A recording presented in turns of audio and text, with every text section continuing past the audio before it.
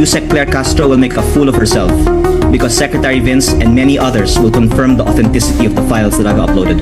At dahil sa tuloy-tuloy na kasinungalingan ni Crying o Iyaking Leandro, hindi natin maiiwasang isipin na kung totoo mang gumamit siya ng dahas, manipulasyon o influence upang makuha ang Cabral files o kung ninakaw man niya ang mga ito nang walang pahintulot ng dating DPWH Yusek. Maaring ito ang isa sa mga dahilan kung bakit nauwi sa trahedya ang sinapit ni Cabral. Ikinalulungkot ko po na hindi ito na-actionan ng gobyerno.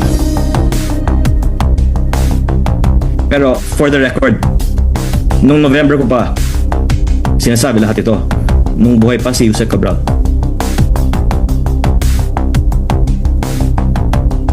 Okay, thank you po.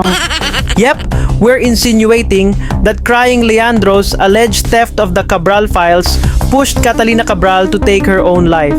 Kaya nga todo iyak ngayon ni Leviste, if he's not a narcissistic psychopath, ay posibleng indikasyon na inuusig na siya ng sarili niyang konsensya.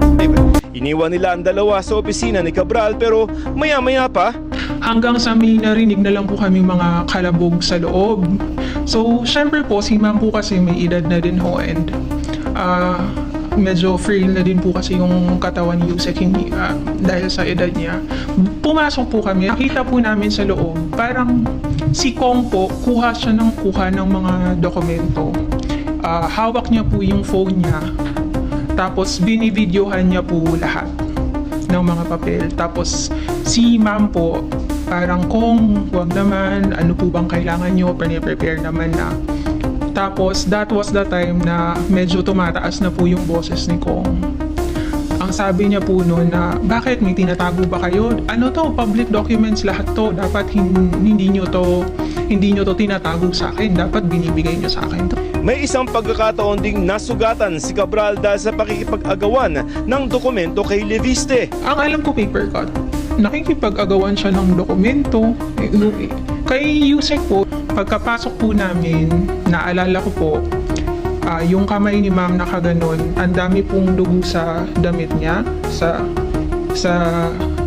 yung ibang papel po nun meron mga dugo din. Si Kong nagvi-video lang po. Nagtuloy-tuloy lang siya nagvi-video, nagtitake ng pictures.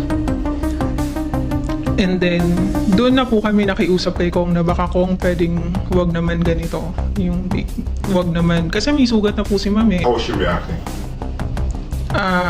Wala ho, nakatayo na lang po siya sa gilid. Tapos sabi niya na, tissue, gano'n, kasi may sugat ako. Hindi naman po si ma'am masigaw na tao So parang nakikiusap lang siya kay Kong, please.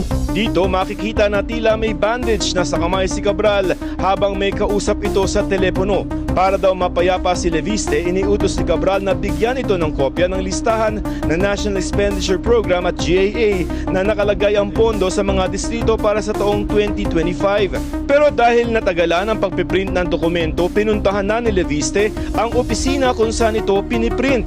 Doon daw sa pilitang nangopya ng mga files galing sa computer si Leviste. Umupo po doon si Kong. Tapos nagkalikot-kalikot na siya ng mga ng mouse, ng keyboard. Sinabi ko naman po na Kong, wag naman ganito.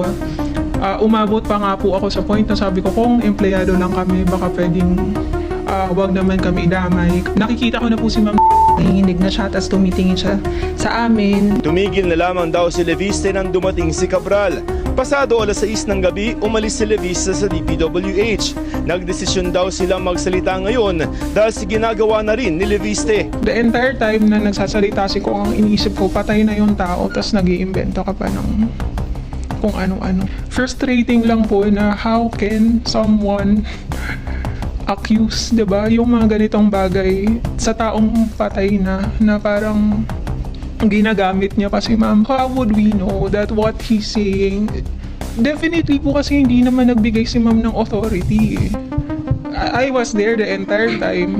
Alam kong hindi yun walang authority na parang may authority dun sa printed, pero meron pa po kasi siyang ibang mga statements na ina-attribute kay Yusek,